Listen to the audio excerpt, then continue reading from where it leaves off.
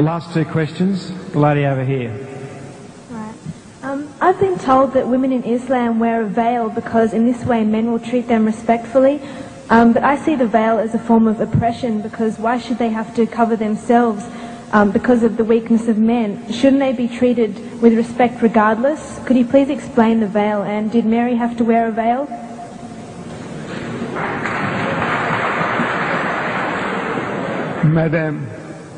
Madam, your Bible says, your holy Bible says, Paul is telling you that the woman must cover her head, that the woman who doesn't cover, shave off her hair.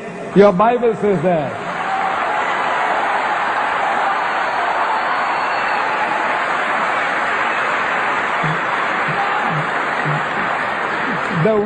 The woman who bares her hair says shave them off.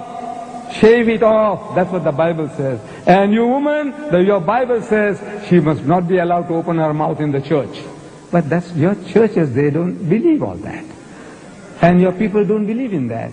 So you are inviting trouble. Because of this, in America, in New York, no woman is safe after dark. No woman is safe. In France, during daytime, women have been raped in the street, and people just walk by, looking the fun. Say, or maybe they're enjoying themselves. Woman is being raped. No, I said, you are inviting it. Look, this modesty, the nuns, the nuns, Roman Catholic Church, nobody gives them a second look. If Mary, the mother of Jesus, came along, you won't give her a second look. But my dear sisters, those women on your Gold Coast at Scarborough and all that with bikinis and tangas and G-strings, look, sure.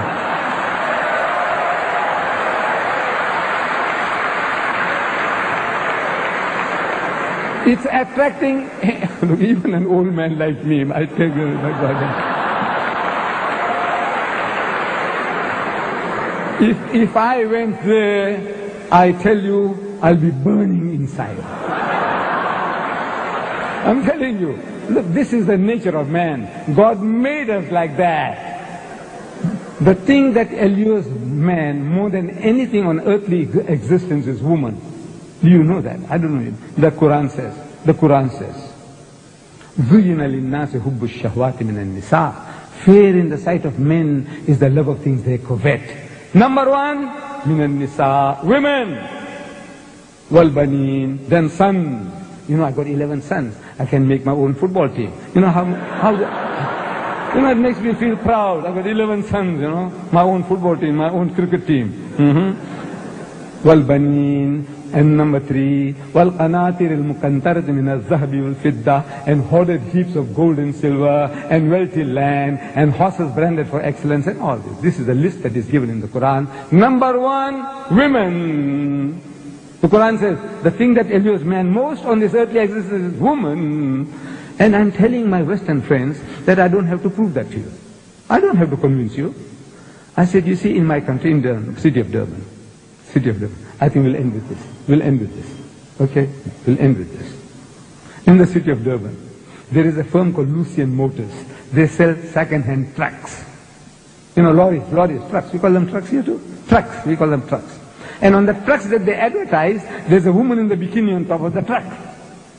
Then G-Knots, they sell farm implements. And on the tractors that they advertise, there's a woman in the bikini on top of the tractor. I'm asking these Westerners, I say, what has a woman in the bikini got to do with a second-hand truck or with a tractor? Except the man. You see, the woman is being dangled, so you'll read the advert. And BMW, I don't know, you have BMWs here. It's a motor car supposed to be a little better than the Mercedes-Benz. I'm not in the market for it. You see, I started with the Volkswagen Beetle. I did 120,000 miles, and I had to change for another Beetle, and another Beetle, and another Beetle.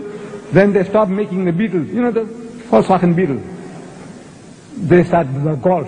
So I had to buy Golf number 1, Golf number 2. I'm still not in the market for a BMW.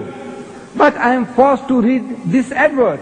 In my newspaper, I see a BMW motor car.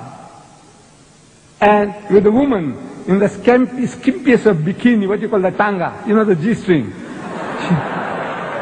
She's standing in front of the motor car. And it's written at the bottom, test drive her now.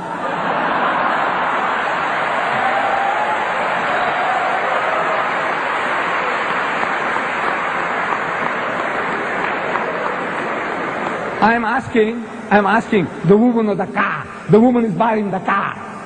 And the her is underlined. Test drive her now. I said, look, this is what you're leading yourself to. This is the Westerner. He sells his mother, his wife, his daughter. His wife is a star, and she's being mangled on the screen, simulating rape. And they enjoy it. You enjoy your wife being simulated. It's not real rape, but you know it's simulated. You can see everything about it. She's being raped, your mother, your wife, your daughter. And you enjoy, your wife is a star. So, it's sick. No, alhamdulillah, praise be to God. We haven't come to that sickness yet, we Muslims. We try to keep away from it. This is your pleasure, your privilege. We have no right to force you. But we say, you are playing with fire, my child, and you're going to pay the price. You're paying the price now, and you will pay the price.